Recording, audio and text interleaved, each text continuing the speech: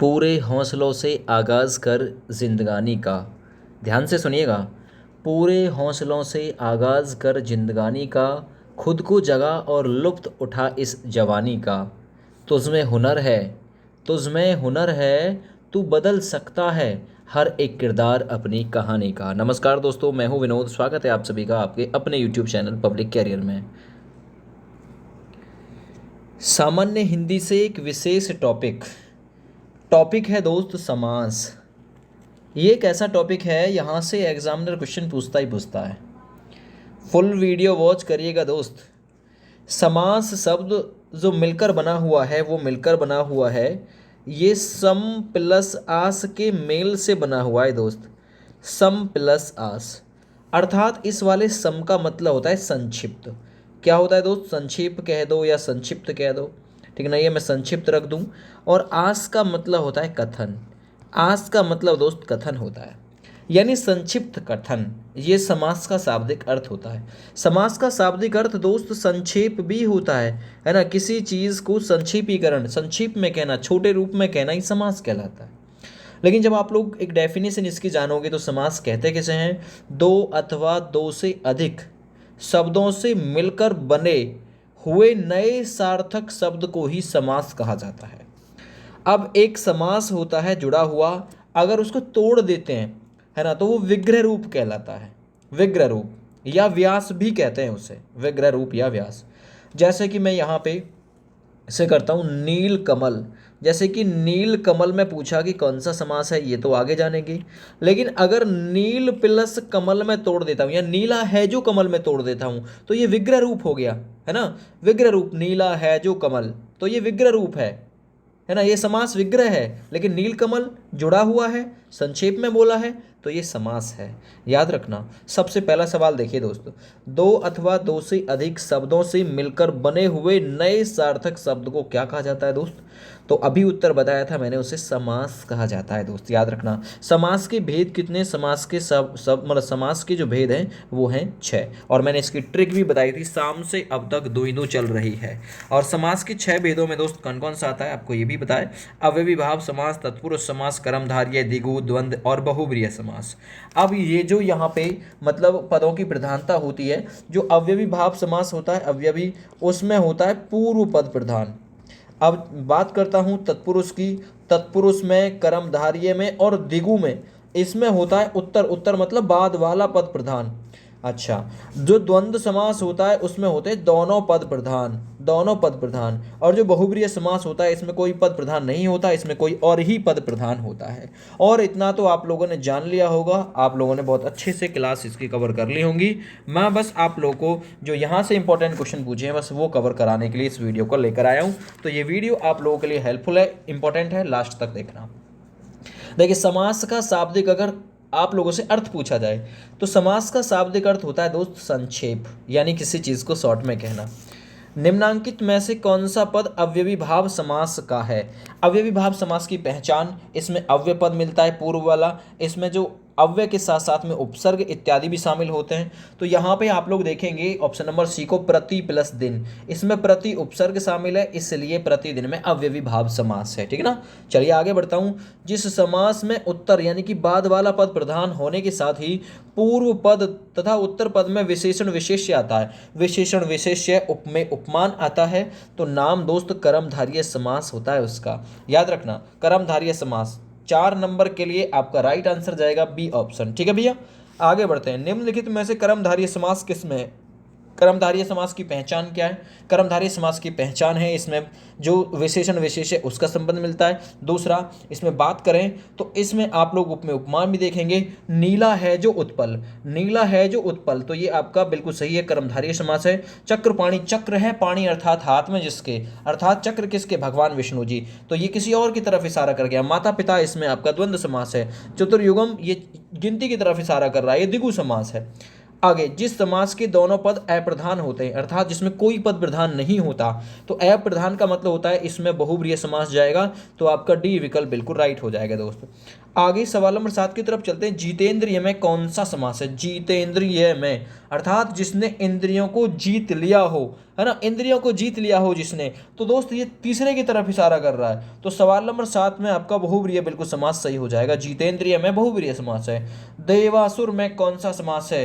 देव और असुर, देवासुर को तोड़ोगे देव और असुर में टूटेगा, यानी देव अलग सुर है ना, देवासुर।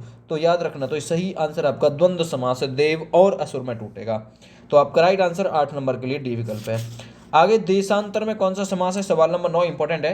तो देशांतर में जो समास हो जाएगा दोस्त, देशांतर, देशों अंतर है ना, देशों का अंतर, देशांतर। तो ऑप्शन नंबर सी बिल्कुल सही है, तत्पुरुष समास है।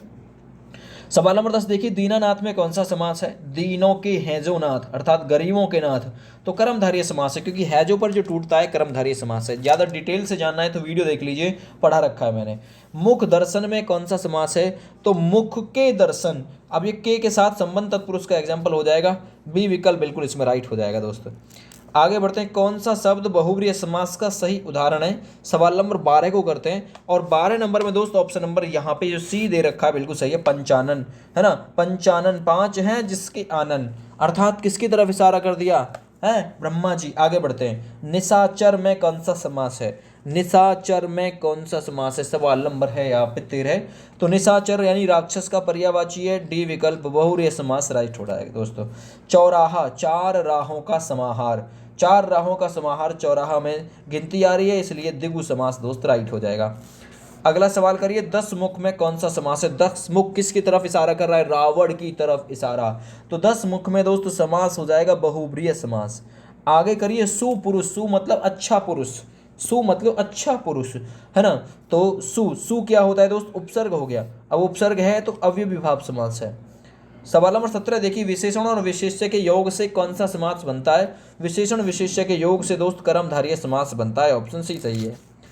आगे करते हैं, निम्नांकित में से एक शब्द में द्विगु समास है। द्विगु मतलब संख्यावाची है, कौन सा है? आजीवन, ये तो अव्ययीभाव समास है। भूदान, सप्ताह, ये रहा गिनती वाली बात आ गई, सप्ताह, ये द्विगु समास है।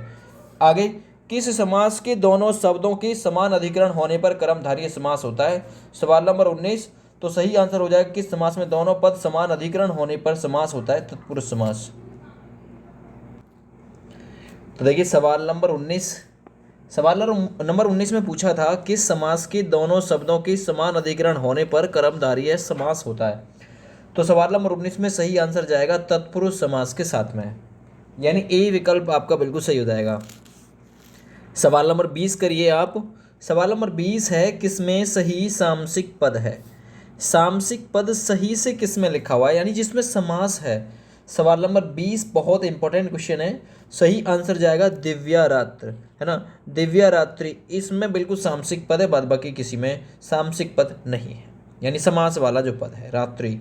आगे, द्विगु समास का सही से उदाहरण कौन सा है? यानी द्विगु समास की पहचान है, इसमें संख्यावाची मिलेगा। अब चतुरानन, चार आनन वाला, ये तो बहुब्रीहि समास है। त्रिभुवन, ये वाला बिल्कुल सही है, 21 नंबर में डी विकल्प राइट है। आगे सवाल नंबर 22, इनमें से द्वंद्व समास किस विकल्प में है? 22 नंबर क्वेश्चन। सही आंसर जाएगा, द्वंद्व समास मतलब होता है दोनों पद प्रधान, रुपया और पैसा, और पे टूटता है, बीच में योजक चिन्ह होता है। अव्ययीभाव समास का एक उदाहरण यथाशक्ति का सही समास विग्रह क्या होगा? यथाशक्ति, शक्ति के अनुसार। तो 23 नंबर क्वेश्चन में दोस्तों सी विकल्प बिल्कुल राइट है, शक्ति के अनुसार होता है। आगे सवाल नंबर 24 की तरफ चलते हैं। 24 नंबर क्वेश्चन है, पाप पुण्य में कौन सा समास है? पाप पुण्य, तो आप लोग देखेंगे बीच में योजक चिन्ह है, जब विग्रह करेंगे और भी टूटेगा, तो इस प्रकार से बी विकल्प बिल्कुल सही हो जाएगा, पाप और पुण्य। अगला सवाल, सवाल नंबर 25, लंबोदर में कौन सा समास है?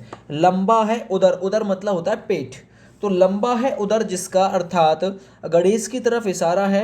गणेश जी को लंबोदर कहते थे, विनायक कहते थे, तो सही आंसर आपका बहुब्रीहि समास दोस्त हो जाएगा। आगे बढ़ते, देश प्रेम में कौन सा समास है? 26 नंबर क्वेश्चन। देश प्रेम यानी देश से प्रेम है ना, देश के लिए नहीं, देश से प्रेम है ना, तो सही आंसर आएगा आपका तत्पुरुष समास है दोस्त।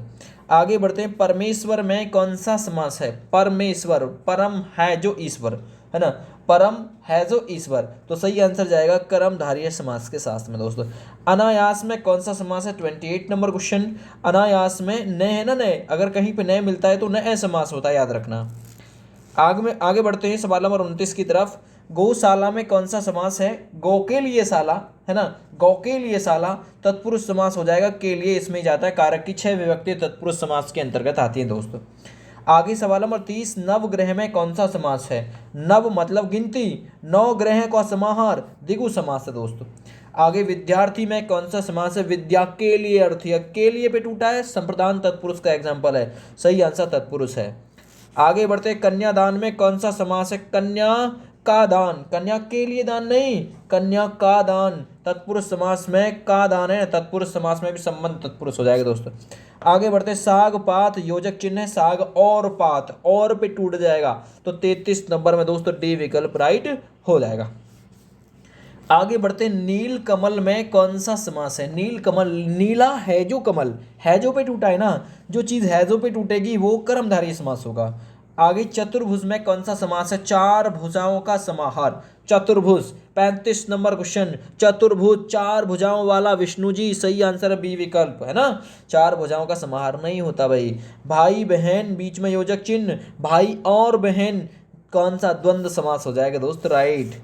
आगे वनवास में कौन सा समास है? वन में वास, है ना, अधिकरण तत्पुरुष, तत्पुरुष समास, राइट आंसर ए विकल्प, क्योंकि कारक की विभक्ति इसी में जाती है 6। पंचवटी में कौन सा समास है? 5 वटों का समाहार, पंच में 5, है ना, कौन सा समास डालोगे फिर? 38 नंबर क्वेश्चन, तो 38 नंबर में दोस्त राइट आंसर बी विकल्प जाएगा। पंचवटी एक स्थान था, इसलिए बी विकल्प बहुब्रीहि समास अकॉर्डिंग टू द ऑप्शन हमें आंसर करना पड़ेगा। लेकिन पंचवटी में आपका 5 वटों का समाहार द्विगु समास भी होता है।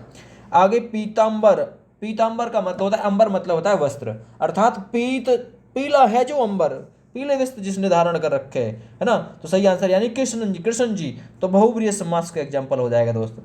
आगे सवाल नंबर 40 की तरफ चलते हैं दोस्त। 40 नंबर में नरोत्तम में बताइए, नरों में उत्तम, तो तत्पुरुष समास इसका राइट आंसर है। आ जन्म में कौन सा है? आ उपसर्ग है, आ जन्म दोस्त, ये अव्ययी भाव समास का एग्जाम्पल है। आगे युधिष्ठिर में कौन सा समास है? युद्ध में स्थिर, युद्ध में स्थिर, है ना, पांडवों में श्रेष्ठ, तो इस प्रकार से अगर देखेंगे तो बी विकल्प बिल्कुल राइट हो जाएगा। आगे गगन चुम्बी में कौन सा समास है? गगन को चूमने वाला, गगन चुम्बी को चूमने वाला, है ना, तो ये सही आंसर हो जाएगा, तत्पुरुष समास याद रखना, है ना। आगे धक्का मुक्की, धक्का और मुक्की 2 विपरीतार्थक शब्द मिलते हैं, द्वंद्व समास होता है। आगे त्रिफला 45 नंबर क्वेश्चन, 3 फलों का समाहार द्विगु समास हो गया, द्विगु समास। आगे सवाल नंबर 46, तन मन धन में कौन सा समास है? तन और मन और धन योजक चिन्ह है, बिल्कुल सिंपल है, द्वंद्व समास का एग्जाम्पल है। आगे बढ़ते, चक्र पाणी में कौन सा समास है? चक्र में पाणी, या चक्र है जिसके हाथ में, अर्थात भगवान विष्णु जी चक्रपाणी, बहुब्रीहि समास, ठीक है। पाप पुण्य, पाप और पुण्य द्वंद्व समास। पंचवटी 5 वटों का समाहार, देखो मैंने बोला था ना द्विगु समास भी होता है, लेकिन अकॉर्डिंग टू ऑप्शन अगर देखें तो इसमें बहुब्रीहि समास भी था। आगे लास्ट नंबर क्वेश्चन, मृग नैनी में कौन सा समास है? मृग नैनी, है ना, मृग के समान नैन वाली, अब जो के समान है तो उसमें कर्मधारय समास है दोस्तों। तो ये आज की वीडियो यहीं पे समाप्त हो जाएगी। इस वीडियो को शेयर कर देना अपने अपने दोस्तों के पास में। जय हिंद।